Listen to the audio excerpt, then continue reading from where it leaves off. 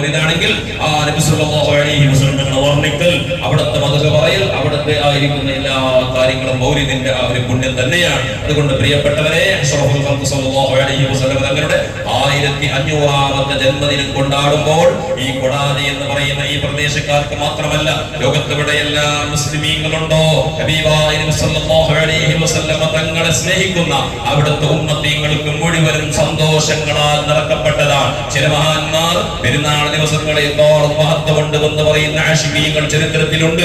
എന്തേ കാരണം? എന്റെ ലൈലത്തുൽ ഖദ്റിനിക്ക് ഇതിനേക്കാളും പ്രാധാന്യം നബി സല്ലല്ലാഹു അലൈഹി വസല്ലം തങ്ങൾ ജനിച്ച രാത്രിക്കുണ്ട് എന്നതിനിക്ക് അതിനിക്ക് തെളിവ് പറയുന്നത് ആ ലൈലത്തുൽ ഖദ്റിനിക്ക് പ്രത്യേകതയുള്ളത് അത് 1000 മാസത്തിനേക്കാളും ഖൈറാണ്. അതുപോലെ തന്നെ ലൈലത്തുൽ ഖദ്ർ ഇറക്കപ്പെട്ടതാണ്. അങ്ങനെ മഹത്വം പറയുന്നെങ്കിൽ അതിനേക്കാളെല്ലാം ശ്രേഷ്ഠം ആ റസൂലുള്ളാഹി സ്വല്ലല്ലാഹു അലൈഹി വസല്ലം തങ്ങൾ ജനിച്ച ആ രാത്രിക്കാണ്. എന്തേ കാരണം? ലൈലത്തുൽ ഖദ്ർ എന്നുള്ളത് ഈ ഉമ്മത്തീങ്ങൾക്ക് കൊടുത്ത ഓഫറാണ്. അതുപോലെ തന്നെ പരിശുദ്ധ ഖുർആൻ ഇറക്കപ്പെട്ടത് നബി സല്ലല്ലാഹു അലൈഹി വസല്ലം ഇറക്കപ്പെട്ടത് ആ ഒരു ഗ്രന്ഥം ഇറക്കപ്പെട്ടത് കൊണ്ടാണെങ്കിൽ ആ നബി തങ്ങളെ തന്നെ ലോകത്തിന് പൂജാതനാക്കിയത് ആ റബീഉൽ അവ്വലിന്റെ 12ാമത്തെ അന്നത്തെ കഴിഞ്ഞുപോയ രാത്രിയാണെങ്കിൽ അങ്ങനെ ഒരുപാട് സവിശേഷതകൾ ചരിത്രത്തിന്റെ നാൾവഴികൾ ഇന്നലകളിലേക്ക് നമ്മൾ കടന്നു പോകുമ്പോൾ ഖുർആനിൽ നിന്ന്, ഹദീസിൽ നിന്ന്, ഇജ്മാഇൽ നിന്ന്, ഖിയാസിൽ നിന്ന്, മഹാന്മാരുടെ സീറകളിൽ നിന്നെല്ലാം മനസ്സിലാക്കുന്നത് ഇത് ഇന്നോ ഇന്നലെയോ തുടങ്ങിയതല്ല.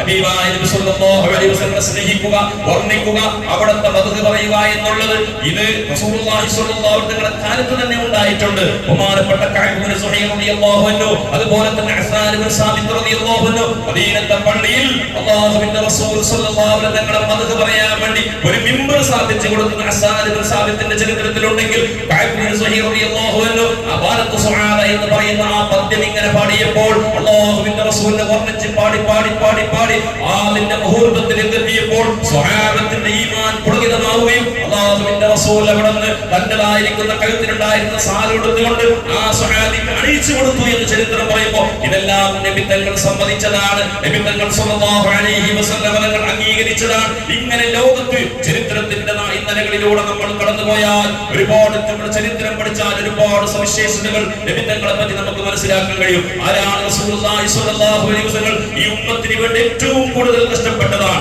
ഈ ഉമ്മത്തിന് വേണ്ടി ഏറ്റവും കൂടുതൽ ശബ്ദിച്ചൊരു നേതാവുണ്ടെങ്കിൽ രാഷ്ട്രീയക്കാരെ നമ്മൾ സ്നേഹിക്കുന്നു. എന്തിന്? നമ്മുടെ വീടിന്റെ നമ്മൾക്ക് ഒരു വീടിന്റെ 5 സെന്റ് ഭൂമിയുടെ ഒരു കടലാറ്റ് ശരിയാക്കി തന്ന രാഷ്ട്രീയ നേതാവിനെ നമ്മൾ മറക്കാറില്ല. അല്ലെങ്കിൽ മറ്റുള്ള ദുന്യവിയായ നിലക്കുള്ള നേട്ടങ്ങളൊക്കെ തന്ന ആളുകളെ നമ്മളെന്നും സ്മരിക്കുകയാണ്. ഈ അടുത്ത് എന്റെ ഒരു സുഹൃത്ത് ഒരു അദ്ദേഹത്തിന്റെ ഒരു ജമാഅത്തിന്റെ ഒരു ഖതീബായിരുന്നു. അദ്ദേഹത്തിന് ഒരു ജമാഅത്തുകാർ വീട് നിർമ്മിച്ചു കൊടുത്തപ്പോൾ ആ നാടിന്റെ പേര് കൊണ്ട് ആ വീട്ടിലേക്ക് മഞ്ചിൽ വെച്ചു എന്ന് അദ്ദേഹം പറഞ്ഞു. എന്തിന്? ആ നാട്ടുകാരുടെ സ്നേഹമാണെങ്കിൽ ഇങ്ങനെ നമുക്ക് ഗുണം ചെയ്തവരോട് നന്ദി ഉണ്ടാവുക എന്നുള്ളത് സർവ്വസ്വാഭാവികമാണെങ്കിൽ അഷ്റഫുൽ ഖൽഖ് മുഹമ്മദുർ റസൂലുള്ളാഹി സ്വല്ലല്ലാഹു അലൈഹി വസല്ലം തങ്ങളുടെ ചരിത്രങ്ങൾ നമ്മൾ പഠിച്ചാൽ ആ നബി സ്വല്ലല്ലാഹു അലൈഹി വസല്ലം ഉമ്മത്തിന് വേണ്ടി കഷ്ടപ്പെട്ട നേതാവാണ്. ഈ ഉമ്മത്തിനെ ഓർത്തുകൊണ്ടാണ് അവസാന ദിവസത്തിന്റെ അവസാനത്തിന്റെ മണിക്കൂറിൽ പോലും അല്ലാഹുവിന്റെ റസൂൽ സ്വല്ലല്ലാഹു അലൈഹി വസല്ലം വഫാത്തിന്റെ സമയമെടുത്തപ്പോൾ ബഹുമാനപ്പെട്ട റസൂലുള്ളാഹി സ്വല്ലല്ലാഹു അലൈഹി വസല്ലം അവിടുന്ന് ചുണ്ട് എന്തോ വന്ന് മന്ത്രിക്കുന്നത് കേട്ടപ്പോൾ ബഹുമാനപ്പെട്ടതായിരിക്കുന്ന റസൂലുള്ളാഹി തങ്ങൾ എന്താണ് അവസാനമായി പറഞ്ഞത്? ഫാത്തിമയുടെ കാര്യമല്ല, ആയിഷയുടെ കാര്യമല്ല, ഉമ്മത്തി ഉമ്മത്തി അസ്സലാ അസ്സലാ.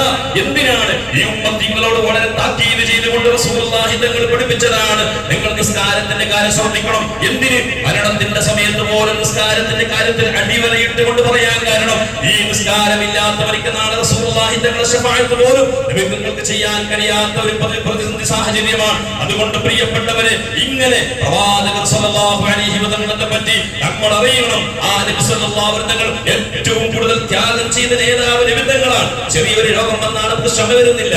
നമുക്ക് ചെറിയൊരു പ്രതിസന്ധി വന്നാൽ, ഒരു മക്കൾ മരിച്ചാൽ, ഒരു മകൻ മരിച്ചതിന്റെ പേരിൽ ദുഃഖം സഹിക്കാൻ കഴിയാതെ ഞാൻ കഴിഞ്ഞ നിങ്ങൾ സൂചിപ്പിച്ചില്ലേ, എന്റെ കുടുംബത്തിന്റെ ദൂരത്തിലുള്ള ഒരു കുടുംബത്തിൽപ്പെട്ട ഒരു സഹോദരനിക്ക് ഒറ്റ ഒരു മകനെ ഉണ്ടായിരുന്നുള്ളൂ.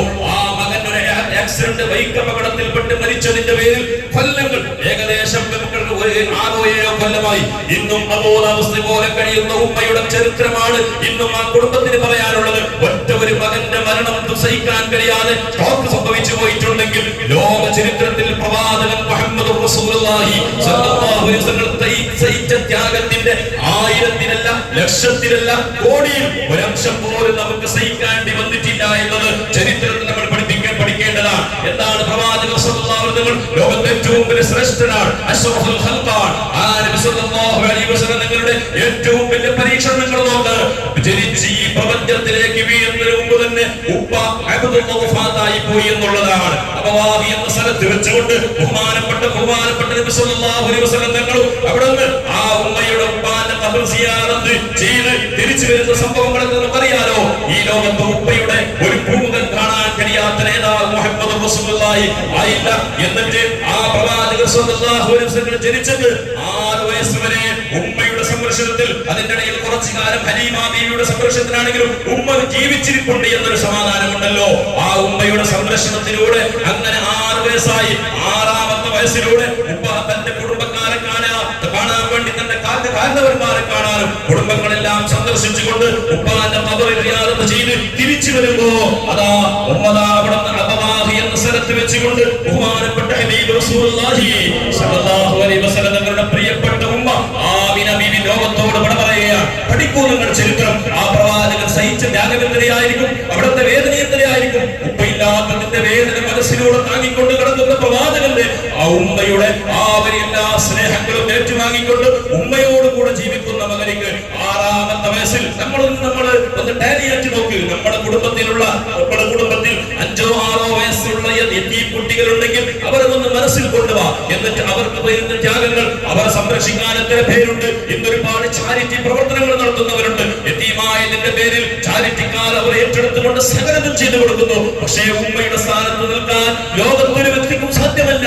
ഉപ്പ എന്ന് പറയുന്ന ആ ഉപ്പയുടെ സ്ഥാനത്ത് നിൽക്കാൻ ലോകത്തൊരു ശക്തിക്കും സാധ്യമല്ല. ഉപ്പ തന്നെയാണ്. സാധാരണ നമ്മൾ പഴയ ആളുകൾ പറയാറുണ്ട്, അങ്ങാടിയിൽ വില കൊടുത്ത് വാങ്ങാൻ കിട്ടാത്തൊരു സാധനമുണ്ടെങ്കിൽ അത് ഉപ്പയും ഉമ്മയും മാത്രമാണ്, ബാക്കിയുള്ളതെല്ലാം വില കൊടുത്ത് വാങ്ങാൻ കഴിയും. അങ്ങനെ പ്രവാചകൻ ത്യാഗത്തിന്റെ പരീക്ഷണത്തിന്റെ തീജ്വാലകൾ എടുത്തുകൊണ്ട് അല്ലാഹുവിന്റെ ഹബീബ് സ്വല്ലല്ലാഹു അലൈഹി വസല്ലം തങ്ങൾ അതാ മക്കയിലേക്ക് തിരിച്ചു വരുന്നു. അബ്ദുൽ മുത്തലിബ് ഉപ്പാപ്പ സംരക്ഷണം ഏറ്റെടുക്കുന്നു. ഉപ്പ കഴിച്ചാൽ ഉപ്പയുടെ ഉപ്പയുണ്ടെങ്കിൽ അത് ഉപ്പയുടെ സ്ഥാനമാണ്. അങ്ങനെ ഉപ്പാപ്പ ഏറ്റെടുക്കുന്നു. ചുരുങ്ങിയ ദിവസങ്ങൾ മാസങ്ങൾ ദിവസങ്ങളുണ്ട്. അതാ ഉപ്പയും മരിക്കും, ഉപ്പാപ്പയും അബ്ദുൽ മുത്തലിബും മരിക്കുന്നു. അബ്ദുൽ മുത്തലിബിന്റെ മരണത്തോടുകൂടി പിന്നീട് ഏറ്റെടുക്കുന്നത് അബൂ താലിബാണ്. ചരിത്രത്തിന്റെ പ്രധാനപ്പെട്ട ഭാഗങ്ങൾ മാത്രമാണ് നമ്മൾ പറയുന്നത്. അങ്ങനെ അബൂ താലിബിന്റെ സംരക്ഷണത്തിലൂടെ മഹാനായ പ്രവാചകൻ റസൂലുള്ളാഹി സ്വല്ലല്ലാഹു അലൈഹി വസല്ലം അവിടുന്ന് സന്തോഷത്തോടുകൂടെ ജീവിക്കുന്നു. ഒരു ഭാഗത്ത് ഉമ്മയില്ലാത്തതിന്റെ വിഷമം, ഒരു ഭാഗത്ത് ഉപ്പയെ കാണാത്തതിന്റെ ദുഃഖം. ഉപ്പാപ്പ അബ്ദുൽ മുത്തലിബ് എല്ലാ സംരക്ഷണം ഏറ്റെടുത്ത് ഉപ്പാപ്പയുടെ ആ ഒരു ദുഃഖം, അവരുടെ വേർപാടിന്റെ ദുഃഖങ്ങൾ എല്ലാം ഏറ്റെടുത്തുകൊണ്ട് അബൂ താലിബിന്റെ സംരക്ഷണത്തിൽ ജീവിക്കുന്നു. അങ്ങനെ കുറെ കൊല്ലങ്ങൾ ഇങ്ങനെ മഹാനായ പ്രവാചകൻ സ്വല്ലല്ലാഹു അലൈഹി വസല്ലം കുറെ കൊല്ലങ്ങൾ മക്കയിൽ ഇങ്ങനെ താമസിക്കുകയാണ്. അല്ലാഹുവിന്റെ റസൂൽ സ്വല്ലല്ലാഹു അലൈഹി വസല്ലം പലതും അതാ അവിടുന്ന് പല നിലക്കുള്ള ത്യാഗങ്ങൾ സഹിക്കേണ്ടി വന്നു. അങ്ങനെ 25ാമത്തെ വയസ്സിൽ 40 വയസ്സുള്ള ഒരു ഖദീജയെ അവിടുന്ന് വിവാഹം കഴിക്കുകയാണ്. അവിടുന്ന് ചരിത്രം പറയുന്നു ഉമ്മയുടെ സ്ഥാനം. പക്ഷെ ഒരു ഭാര്യയെ ഉമ്മയുടെ സ്ഥാനത്ത് നിന്ന് ഒരു അർത്ഥത്തിലും പറയാൻ കഴിയില്ല. ശറഈന് വിരുദ്ധമായ വാക്കുകളാണെങ്കിൽ പക്ഷേ ആ ഉമ്മയിൽ നിന്ന് കിട്ടേണ്ട സകല ത്യാഗം, സകല സ്നേഹങ്ങളും, സകല നിലക്കുള്ള സംരക്ഷണങ്ങളും ഒരു ഭാര്യയിൽ നിന്ന് ആസ്വദിച്ചു എന്ന് ബഹുമാനപ്പെട്ട മുഹമ്മദ് റസൂലുള്ളാഹി സ്വല്ലല്ലാഹു അലൈഹി വസല്ലം ആ ബഹുമാനപ്പെട്ട ഖദീജ ബീവി വഫാത്തിന്റെ ദിവസങ്ങളിൽ അല്ലാഹുവിന്റെ റസൂൽ ആണറുത്തുകൊണ്ട് സ്വഭാവത്തുള്ളതായിരിക്കുന്ന ഭാര്യമാർക്ക് ഭക്ഷണം കൊണ്ടുപോയി കൊടുത്തു എന്നൊക്കെ ചരിത്രത്തിലുണ്ട്. പക്ഷേ ചരിത്രത്തിൽ മറക്കാൻ കഴിയാത്ത ഏറ്റവും സ്നേഹിക്കുന്ന ഒരു ഭാര്യയായിരുന്നു ഖദീജ. അങ്ങനെ ആ ഖദീജയിലൂടെയാണ് അല്ലാഹുവിന്റെ റസൂൽ സ്വല്ലല്ലാഹു അലൈഹി വസല്ലം മക്കളുണ്ടായത്. അല്ലാഹുവിന്റെ റസൂൽ സ്വല്ലല്ലാഹു അലൈഹി വസല്ലം എത്ര മക്കളാണ് ഉസ്താദന്മാരോടല്ല, അറിയുന്നവരോട് അറിയോ എത്ര മക്കളാണ്? 7 മക്കളാണ്. അല്ലാഹുവിന്റെ റസൂൽ സ്വല്ലല്ലാഹു അലൈഹി വസല്ലം 7 മക്കളാണ്. 4 പെൺമക്കളും 3 ആൺമക്കളുമാണ്. അതിൽ 6 മക്കളും ജനിച്ചത് ഖദീജ ബീവിയിലൂടെയാണ്. 6 മക്കളും ഖദീജ ബീവി. ഒരു മകൻ മാത്രം ഇബ്രാഹിം എന്ന് പറയുന്ന ഒരു കുട്ടി, അത് അവിടുന്ന് ജനിച്ചത് അത് മാരിയത്തുൽ ഖബ്തിയ എന്ന മറ്റൊരു ഭാര്യയിലൂടെയാണെങ്കിൽ ആ റസൂലുള്ളാഹി സ്വല്ലല്ലാഹു അലൈഹി വസല്ലം ചരിത്രത്തിൽ നമ്മൾ ഏറ്റവും ദുഃഖം സഹിക്കേണ്ടി വന്നത് ഒരു മകന്റെ വേർപാട് കൊണ്ട് ഇത്രയും ദുഃഖം സഹിക്കേണ്ടി വന്നിട്ടുണ്ടെങ്കിൽ അല്ലാഹുവിന്റെ റസൂൽ സ്വല്ലല്ലാഹു അലൈഹി വസല്ലം തങ്ങളുടെ ഏറ്റവും വലിയ പിന്നീട് വരുന്ന ഏറ്റവും വലിയ പരീക്ഷണം എന്താണ്? അല്ലാഹുവിന്റെ റസൂൽ സ്വല്ലല്ലാഹു അലൈഹി വസല്ലം തങ്ങളുടെ 2 ആൺമക്കളും ജനിച്ച പാടെ ചുരുങ്ങിയ ദിവസങ്ങളെ കൊണ്ട് മരിച്ചു എന്നുള്ളതാണ്. 2 ആൺമക്കളുണ്ടായിരുന്നു.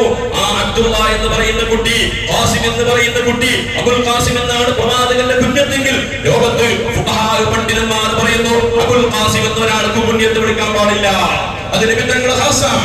മറ്റുള്ളവർക്ക് നമുക്കൊക്കെ മറ്റുള്ള കുട്ടികളെ കുറിച്ചുകൊണ്ട് പറയാം. ഉദാഹരണത്തിന് നമുക്ക് നമ്മുടേതായിരിക്കും പറയാം. നമ്മുടെ മക്കൾക്ക് ഉദാഹരണത്തിന് എന്റെ കുട്ടിയുടെ പേര് ഹുസൈൻ ആണെങ്കിൽ അബു ഹുസൈൻ എന്ന് ഇവർക്ക് വിളിക്കാം. ഒരാൾക്ക് മറ്റുള്ളതായിരിക്കുന്ന പേരുകളൊക്കെ ഉണ്ടാവുമല്ലോ, ആ അബു കുട്ടി പറയാം. പക്ഷെ അബുൽ ഖാസിം എന്ന ആ ഖാസിമിന്റെ ഉപ്പാൻ എന്ന് പറയുന്ന ഒരു കുഞ്ഞത്ത് ലോകത്തൊരാൾ വിളിക്കാൻ പാടില്ല. നിമിത്തങ്ങൾക്ക് ആ ഖാസിം എന്ന് പറയുന്ന കുട്ടി, അബ്ദുള്ള എന്ന് പറയുന്ന കുട്ടി എല്ലാം ഈ ലോകത്തിൽ നിന്ന് വിട പറയുകയാണ്.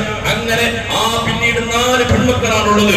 4 പെൺമക്കളെ ത്യാഗത്തിന്റെ പരീക്ഷണങ്ങളുടെ തീജ്വാലകളിലൂടെ ഒരു ഭാഗത്ത് അങ്ങനെ ബഹുമാനപ്പെട്ട റസൂലുള്ളാഹി സ്വല്ലല്ലാഹു അലൈഹി വസല്ലം അതിന്റെ ഇടയിലാണ് വലിയ ആമുൽ ഹസൻ എന്ന് പറയുന്ന വലിയ ഒരു ദുഃഖവർഷങ്ങൾ. അതെല്ലാം വരുന്ന ചരിത്രത്തിന്റെ ചില പ്രധാനപ്പെട്ട ഭാഗങ്ങൾ മാത്രമാണ് ഞാൻ പറയുന്നത്. അങ്ങനെ അബ്ദുൽ മജൂദ് ബഹുമാനപ്പെട്ട അബൂ താലിബ് മരിക്കുന്നു. അതേ കൊല്ലം തന്നെ ഖദീജ ബീവി മരിക്കുന്നു. ആമുൽ ഹസൻ ദുഃഖവർഷം എന്നാണ് ചരിത്രത്തിൽ പറയുന്നത്. 2 റസൂലുള്ളാഹി തങ്ങളുടെ കത്താണികളായിരുന്ന 2 സംഘർഷകരെ പോലെ ഉണ്ടായിരുന്ന 2 വ്യക്തിത്വങ്ങൾ ലോകത്തോട് ഇവിടെ പറഞ്ഞു. അങ്ങനെ പിന്നീട് വലിയ പരീക്ഷണമാണ്. മക്കയിലൂടെ ഒരു ഭാഗത്ത് കുഫാരികൾ നബി സല്ലല്ലാഹു അലൈഹി വസല്ലം 40ാമത്തെ വയസ്സിൽ പ്രവാചകനായി വന്നപ്പോ പരീക്ഷണത്തിന്റെ തീജ്വാലകൾ ഒരു ഭാഗത്ത് നബി തങ്ങളെ കല്ലെടുത്ത് ആക്ഷേപിക്കുന്നവർ, കല്ലെടുത്ത് കാലുകൊട്ടിക്കാൻ വേണ്ടി അവിടുന്ന് നെട്ടോട്ട് പോകുന്നവർ, പ്രവാചകനെ ഭ്രാന്തനാണെന്ന് വിളിക്കുന്നവർ. അങ്ങനെ റസൂലുള്ളാഹി സ്വല്ലല്ലാഹു അലൈഹി വസല്ലം തങ്ങൾക്ക് മക്കളെ കൊണ്ടുള്ള ത്യാഗങ്ങൾ.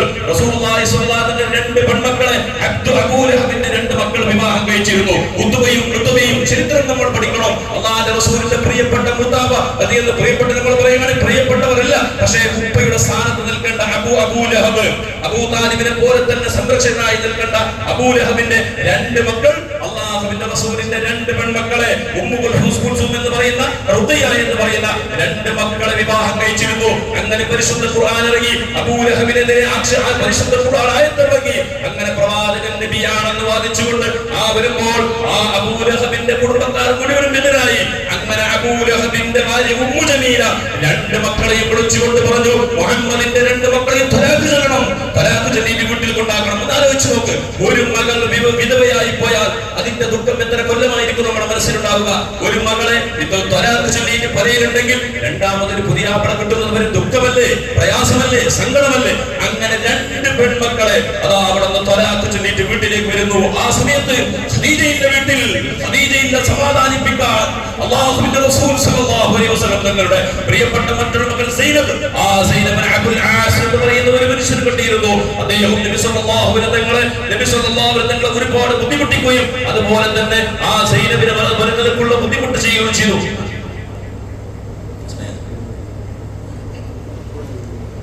നാളെ ഇൻഷാ അല്ലാഹ് പരലോട്ട് കുറിച്ചിട്ട് നമ്മുടെ ബദറുൽ മദ്രസയിൽ മീലാദ് കാര്യക്രമമുണ്ട്. എല്ലാവരും അതിൽ പോകണം. ഭക്ഷണം കാര്യങ്ങളൊക്കെ ഉണ്ട്. ഓരോ കാര്യം കഴിഞ്ഞിട്ട് തുടങ്ങുന്നു. എല്ലാവരും അതിലേക്ക് കൂടി വിജയിപ്പിക്കണം ഉറപ്പെടുത്തുന്നു.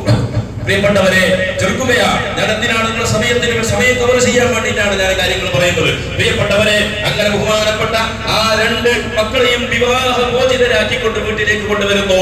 റസൂലുള്ളാഹി സ്വല്ലല്ലാഹു അലൈഹി വസല്ലം ഇതൊക്കെ സഹിക്കാൻ കഴിയുമോ? പ്രവാചകന്റെ ദുഃഖം എന്താണ്? അല്ലാഹുവിന്റെ റസൂൽ സ്വല്ലല്ലാഹു അലൈഹി വസല്ലം പിന്നീട് ആ ഒരു മകളെ ബഹുമാനപ്പെട്ട ഉസ്മാൻ ഇബ്നു അഫ്ഫാൻ റളിയല്ലാഹു അൻഹുവിന് കെട്ടിച്ചു കൊടുത്തു, റുഖയ്യയെ. അങ്ങനെ റുഖയ്യ എന്ന് പറയുന്ന ആ കുട്ടി, ആ മകൾ, ആ കുട്ടിയും തങ്ങളുടെ ഹയാത്ത് കാലത്ത് തന്നെ വരികയാണ്. തങ്ങളുടെ 7 മക്കളിൽ 6 മക്കളും നബി തങ്ങളുടെ ഹയാത്ത് കാലത്ത് മരണപ്പെട്ടു പോയതാണ്. നമ്മൾ ഒരു കുട്ടി മരിച്ചതിന്റെ ദുഃഖം സഹിക്കാൻ വേണമെങ്കിൽ നബി തങ്ങളുടെ ഹയാത്ത് കാലത്ത് 7 മക്കളിൽ 6 മക്കളും നബി തങ്ങളുടെ ഹയാത്ത് കാലത്ത് ലോകത്തോട് വിട പറഞ്ഞു എന്നുള്ളതാണ്. ആ പ്രവാചകന്റെ ദുഃഖത്തിന്റെ ആ ഒരു മാനം എങ്ങനെയായിരിക്കും എന്ന് നമ്മൾ മനസ്സിലാക്കണം. മറ്റൊരു മകളെ ഉണ്ടായിട്ടുള്ളൂ, ഫാത്തിമ റളിയല്ലാഹു അൻഹ. ആ ഫാത്തിമ റളിയല്ലാഹു അൻഹ മാത്രമേ നബി തങ്ങൾ വഫാത്താകുമ്പോൾ ബാക്കിയുള്ളൂ. ആ റസൂലുള്ളാഹി സ്വല്ലല്ലാഹു അലൈഹി വസല്ലം തങ്ങൾ അതാ അവിടെ അങ്ങനെ പിന്നീട് ആ റുഖയ്യ മരിച്ചപ്പോൾ പിന്നീട് 2ാമത്തെ മകളെയും കൂടി ഉസ്മാൻ റളിയല്ലാഹു അൻഹു വിവാഹം ചെയ്തു കൊടുത്തു, ഉമ്മു കുൽസൂമിനെ. അപ്പോൾ നമ്മൾ ചോദിക്കും, ഒറ്റൊരാൾക്ക് ഒരു പാല് 2 മകളെ വിവാഹം കഴിക്കാൻ കഴിയോ? ഇല്ല. ജ്യേഷ്ഠത്തി അനുജത്തിന് ഒരേ സമയത്ത് 2 ആൾക്കും 2 സഹോദരിയെ ഒരാൾക്ക് ഭാര്യയാക്കി വെക്കാൻ പറ്റൂല, ഹറാമാണ്. എന്നാൽ മരിച്ചതിന് ശേഷം കെട്ടാം. ഒരു ഉദാഹരണത്തിന് ഭാര്യ മരിച്ചു, എന്നാൽ ഭാര്യയുടെ മരണത്തിന് ശേഷം ആ ഭാര്യയുടെ സഹോദരി ഉണ്ടെങ്കിൽ അത് വിവാഹം കഴിക്കാവുന്നതാണ്. അതൊക്കെ ചരിത്രം അതിന്റെ മസല സംബന്ധമായ വിഷയമാണെങ്കിൽ അങ്ങനെ അതും കൂടി റസൂലുള്ളാഹി തങ്ങൾ വിളിച്ചു. അങ്ങനെ പിന്നീട് ഇബ്രാഹിം എന്നൊരു കുട്ടിയുടെ ചരിത്രം നമ്മൾ പഠിക്കണം. ആ ഇബ്രാഹിം എന്ന കുട്ടി അല്ലാഹുവിന്റെ റസൂൽ സ്വല്ലല്ലാഹു അലൈഹി വസല്ലം വളരെ സ്നേഹിച്ച കുട്ടിയാണ്. ആ കുട്ടി അതാ ലോകത്തെങ്ങും രോഗിയായി റസൂലുള്ളാഹി സ്വല്ലല്ലാഹു അലൈഹി വസല്ലം തങ്ങളുടെ ആ കൺമുമ്പിൽ വെച്ചുകൊണ്ട് ആ കുട്ടി വിട പറയുകയാണ്. അല്ലാഹുവിന്റെ റസൂൽ സ്വല്ലല്ലാഹു അലൈഹി വസല്ലമയുടെ ആ മകനാകുന്ന ഇബ്രാഹിം വഫാത്തായപ്പോൾ അല്ലാഹുവിന്റെ റസൂലിന് ഏറ്റവും ദുഃഖമുണ്ടായത് ആ മകന്റെ വേർപാടിനേക്കാൾ കൂടുതലായി മക്കത്തെ മുശ്രിക്കീകൾ നബി തങ്ങൾ ഡോങ്ങിയാക്കാൻ തുടങ്ങി, പരിഹസിക്കാൻ തുടങ്ങി. അല്ലാഹുവിന്റെ റസൂലിനെ അബദ്ധറാണെന്ന് വിളിച്ചു. സഹിക്കണം, നമ്മൾ മനസ്സിലാക്കണം. നബി തങ്ങൾ ഇതെല്ലാം സഹിക്കുന്നത് ഉമ്മത്തിന് വേണ്ടിയിട്ടാണ്. ഇതെല്ലാം കേൾക്കുന്നത്, ഈ പരീക്ഷണങ്ങളെല്ലാം അനുഭവിക്കുന്ന ഉമ്മത്തീങ്ങൾക്ക് വേണ്ടിയാണ്. അല്ലാഹുവിന്റെ റസൂലിനെ അബദ്ധർ എന്ന് വിളിച്ചു. അബദ്ധർ എന്ന് പറഞ്ഞാൽ വംശം അറ്റുപോയവർ, പാരമ്പര്യമില്ലാത്തവർ. ആൺമക്കളിലൂടെയാണ് അറബികളെ കാലത്ത് അങ്ങ് അറബികൾക്ക് ആൺമക്കളാണ് പ്രധാനം. പെണ്ണിന് ഒരു നിലക്കും വിലയില്ലാത്ത കാലമാണ്. അല്ലാഹുവിന്റെ റസൂൽ സ്വല്ലല്ലാഹു അലൈഹി വസല്ലം തങ്ങൾ ആ കുട്ടിയുടെ മയ്യത്ത് അല്ലാഹുവിന്റെ റസൂൽ സ്വല്ലല്ലാഹു അലൈഹി വസല്ലം കൺമുമ്പിൽ ഇതാ കണ്ടുകൊണ്ട് അല്ലാഹുവിന്റെ റസൂലിന്റെ കണ്ണിലൂടെ കണ്ണുനീർ തുള്ളി ധാരയായി ഒറ്റിപ്പോവുകയാണ്. അല്ലാഹുവിന്റെ റസൂൽ സ്വല്ലല്ലാഹു അലൈഹി വസല്ലം സ്വഹാബത്ത് ചോദിച്ചു, നബിയേ, തങ്ങളല്ലേ മരിച്ചാൽ മക്കൾ മരിച്ചതിന്റെ പേരിൽ ദുഃഖിക്കരുത് എന്ന് പറയുന്നത്? തങ്ങളല്ലേ പഠിപ്പിച്ചത് സുബ്ർ വേണമെന്ന്? അല്ലാഹുവിന്റെ റസൂലിന്റെ കണ്ണിലൂടെ കണ്ണുനീർ ഒഴിക്കുകയോ പിടിപ്പിക്കുകയോ? പ്രവാചകൻ അവിടുന്ന് സ്വഹാബത്തിനോട് പറഞ്ഞു, അത് കാരുണ്യത്തിന്റെ കണ്ണുനീരാണ്. ഹൃദയത്തിൽ കരുണയുള്ളവർക്ക് വരാതിരിക്കൂല. എത്ര വലിയ ദുഃഖമുണ്ട്, എത്ര വലിയ സുബ്റുണ്ടെങ്കിലും ഹൃദയത്തിൽ ഈമാനും കരുണയുള്ളവർക്ക് ആ കണ്ണുനീര് ഒരിറ്റു പോകും. അല്ലാഹുവിന്റെ റസൂൽ സ്വല്ലല്ലാഹു അലൈഹി വസല്ലം അന്ന് മക്കത്ത് അല്ലാഹുവിന്റെ റസൂലിന്റെ ആ ഒരു വിശുദ്ധി നോക്കണം. അന്ന് ഇബ്രാഹിം എന്ന് പറയുന്ന കുട്ടി ജനിച്ച ദിവസത്തിൽ മദീനയിൽ വെച്ച് മക്കത്ത് വെച്ചുകൊണ്ട് ഒരു വലിയതായിരിക്കുന്ന മക്കത്ത് വെച്ചുകൊണ്ട് ഒരു സൂര്യഗ്രഹണം ഉണ്ടായി. സൂര്യന്റെ ഗ്രഹണം ബാധിച്ചു. ആളുകളെല്ലാം പറയാൻ തുടങ്ങി, പ്രവാചകന്റെ മകന്റെ മരണത്തിലൂടെ സൂര്യൻ പോലും ദുഃഖിച്ചു, ആകാശം പോലും ദുഃഖിച്ചു. നമ്മളാണെങ്കിൽ എന്ത് പറയും? നമുക്ക് സ്ഥാനം കൂടി എന്ന് പറഞ്ഞ് നമ്മൾ ആഹ്ലാദിക്കും. അല്ലാഹുവിന്റെ റസൂൽ ഉടനെ മിമ്പറിൽ കയറിക്കൊണ്ട് അവിടെ നായത്തോതിക്കൊണ്ട് അവിടെ സ്വഹാബത്തിനോട് പറഞ്ഞു കൊടുത്തു, ഇത് സൂര്യനും ചന്ദ്രനും അല്ലാഹുവിന്റെ ദൃഷ്ടാന്തങ്ങളിൽ പെട്ടതാണ്. സൂര്യനും ചന്ദ്രനും അല്ലാഹുവിന്റെ ദൃഷ്ടാന്തങ്ങളിൽ പെട്ടതാണ്. ഒരാളുടെ മരണം കൊണ്ട് ദുഃഖിക്കുകയോ ഉദിക്കുകയോ അസ്തമിക്കുകയോ ചെയ്യുകയില്ല. ഇത് അല്ലാഹുവിന്റെ ദൃഷ്ടാന്തം മാത്രമാണെന്ന് സ്വഹാബത്തിനോട് പഠിപ്പിച്ചു കൊടുത്തു. ആ പ്രവാചകൻ അത്രയും വലിയ ഒരു ജീവിത വിശുദ്ധിയാണ്. അല്ലാഹുവിന്റെ റസൂലിനെ സ്വന്തമായി കൊണ്ട് അഭിമാനിക്കാനൊന്നുമില്ല.